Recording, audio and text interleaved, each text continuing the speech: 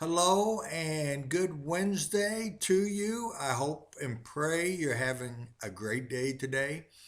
I want to encourage you that He is with you, He's in you, He's going to guide you as you keep your eyes on Him. I'm going to stay focused on following Him as the main emphasis because we're in such strange times in many ways. And it can be such a blessing for the believers to see God's hand moving and doing things. I want to point out something. God closed the churches. Have you thought about that? God has closed the churches. And one prophet said that we're moving from churches to kingdom. I believe we've been in a season of kingdom, but one phase I would like to talk about because it's been confirmed by another person. Let me just tell you a story.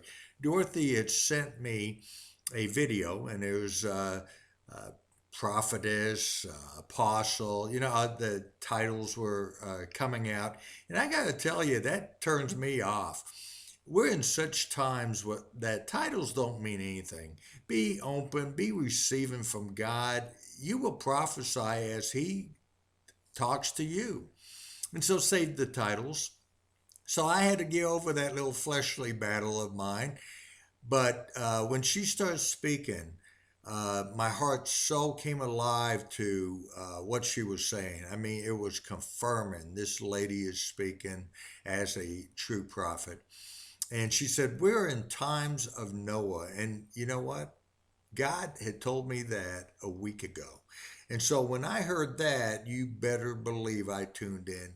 And I had asked then, what is that? What does that look at? Well, the world is going to criticize you. They're not going to look the same as you, hopefully.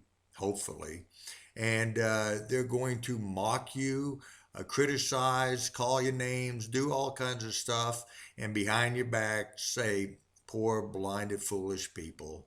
They're just sucked in by in the name of religion. And I get that. They did all that to Noah. They did all that to Noah. But God said something more specifically that we're going to be in and are now in a different culture. That means to say there's a culture that we're not a part of. And it doesn't even have to do with the political parties. That is a seemingly a line being drawn, but I'm talking more non-believer to believer, religious to true believer that worships in spirit and truth. That separation's coming. And he clearly wants us to be like Daniel, like Joseph, or Esther. What did they have in common? They were all in a different culture. And that culture was against their faith, their Jewish faith. It was against them. And as this supposedly Christian land will come against us. So, how do we walk these days out?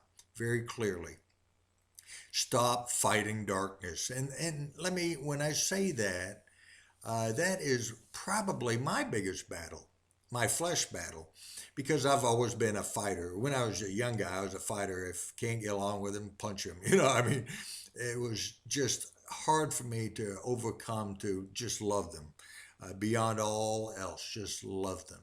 And here's the word for you. Instead of fighting darkness, light a candle. That's our job, to light a candle. Turn on the light. Let them see light. And a second statement that goes along with that is this, that we are to stop pushing what we're against. Stop fighting for what you're against, but present to the world what you're for. You see the difference? I mean, we can shine the light on Christ, we can love them. Again, it takes away that combative nature. Noah did not roll up his sleeve and start fighting people that came up to the ark. No, he just stayed focused on what God called him to do. That's what we're being called to do. Stay focused. Stop fighting for what you're against. Start fighting for what you're for. Fighting may not even be the right word, but to present what you're for, to show that, to illustrate that. Okay?